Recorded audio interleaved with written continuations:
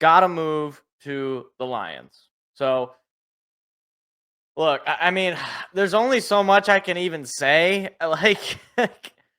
Wow, the Lions blew out another team. I'm shocked. I don't have words. But that's just what they do. This is just what a good team does. Like, we went into Indianapolis.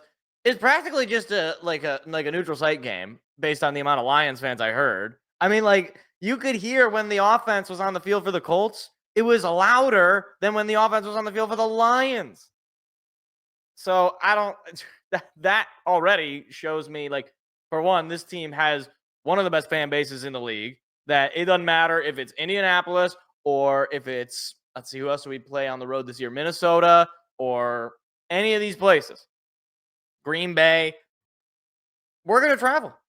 These fans are going to be there, and they are going to make it uncomfortable for the home team. It's going to look really bad on TV. I mean, if you want to gauge this sort of thing, go on the Lions opponents subreddits for the road teams that the Lions have played and look at the threads during and then after the games that the Lions beat them.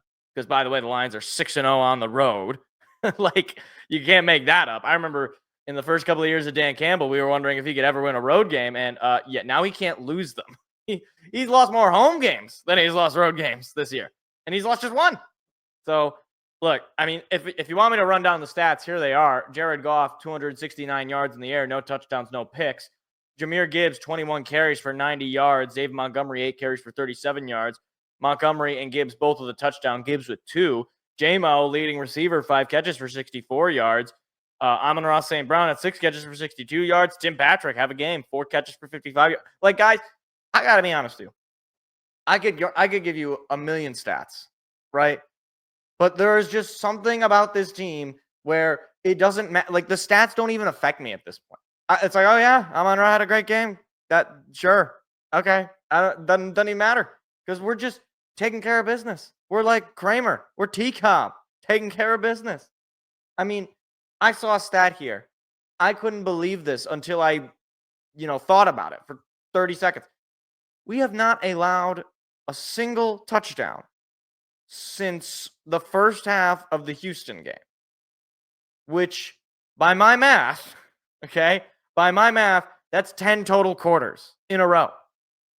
That's all of Jacksonville, 4, all of Indianapolis, 4, that's 8, and then the second half of the Houston game, that's 10.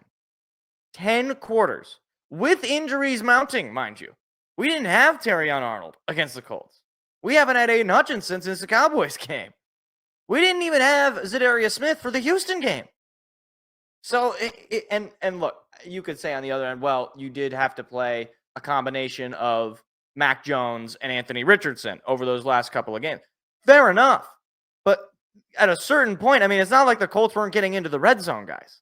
They were getting into the red zone. They just were not scoring.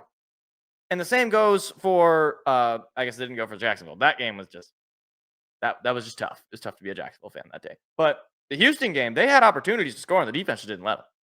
So, Aaron Glenn, I mean, I heard a comment the other day. Is Aaron Glenn having a better coordinator season than Ben Johnson? And honestly, it's a hard case to make. And it's not like definitive exactly, but this defense is top in the league. And we're not doing it with all of our guys. No Alex Anzalone this past week.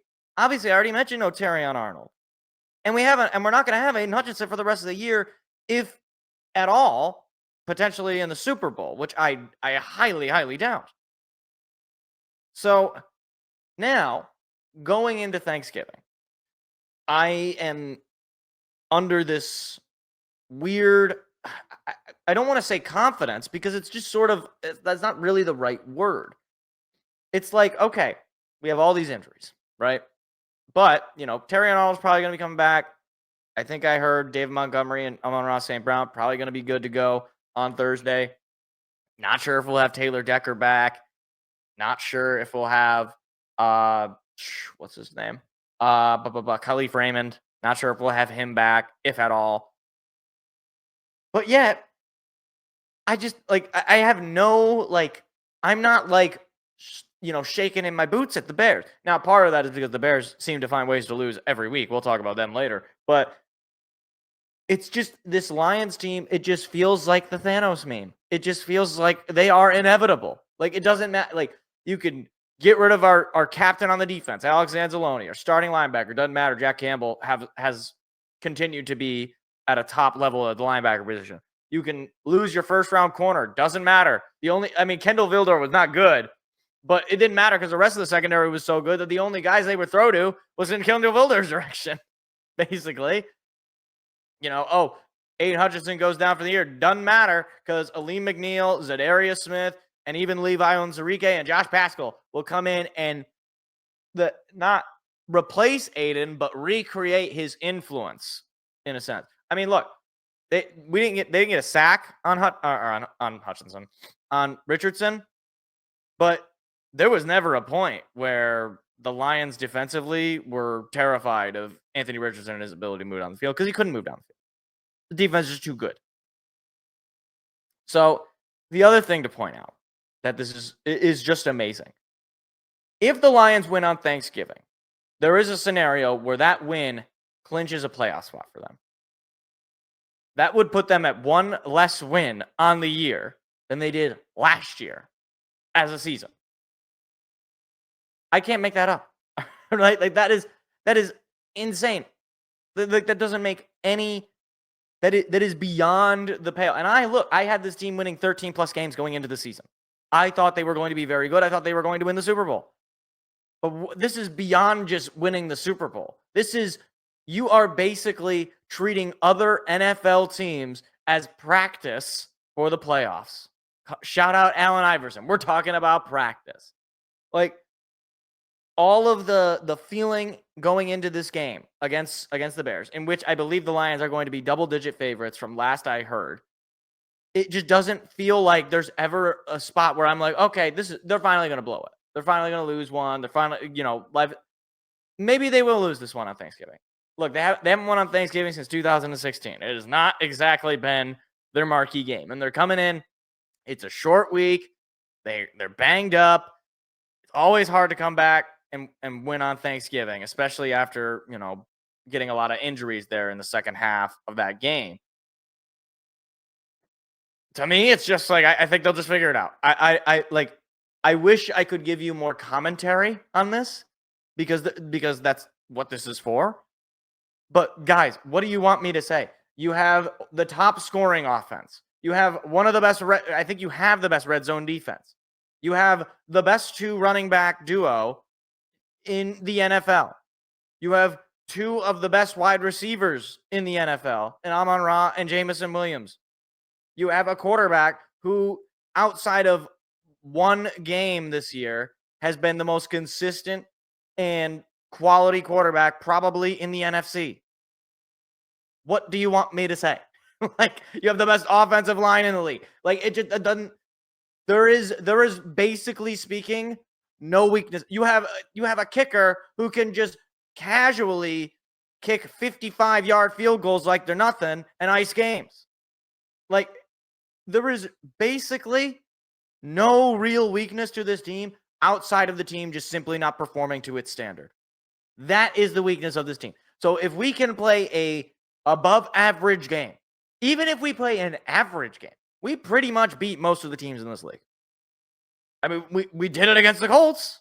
We did it against the Cardinals earlier this year. We did it against the Houston Texans. We've done it against many teams. Many cases of that being on the road. So, look, I'm looking forward to Thanksgiving. I think this could be that final kind of monkey off the back of the Lions, where it's like, okay, you've been losing on Thanksgiving pretty consistently. Go out there and show the world, show the United States, show football fans watching at home on Thanksgiving with their families that this team is not only just a fun little, blip on the radar, that this is a powerhouse of a team that is going to win the Super Bowl.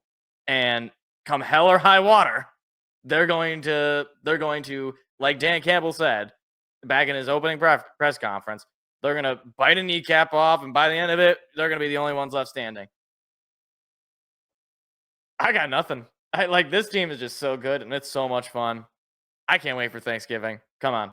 Hopefully, Caleb Williams throws 100 interceptions, and the Lions just knock the doors off them. Could we fight? You know what would be crazy? If we could do a reverse where we get the opposing team coach fired on Thanksgiving. Because normally it feels like, the Lions coaches are the ones who would get exposed on Thanksgiving. Like I remember Matt Patricia a few years ago. So, yeah, it's kind of crazy. I think that the last time he won was 2016.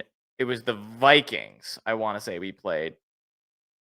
I want to say Case Keenum was their quarterback. I could be wrong about that. But I'm pretty sure it was Case Keenum. So that just goes to show how long it has been. So I got nothing. The segment's over. You know what? Donald, what do you have to say? I have a great relationship with the Blacks. I've always had a great relationship with the Blacks. Me too, Donald. Thank you for your input. Hi, it's me again. If you enjoyed what you just saw, hit the like and subscribe button. We do live shows every Tuesday at 7 p.m. Eastern. Hope to see you there.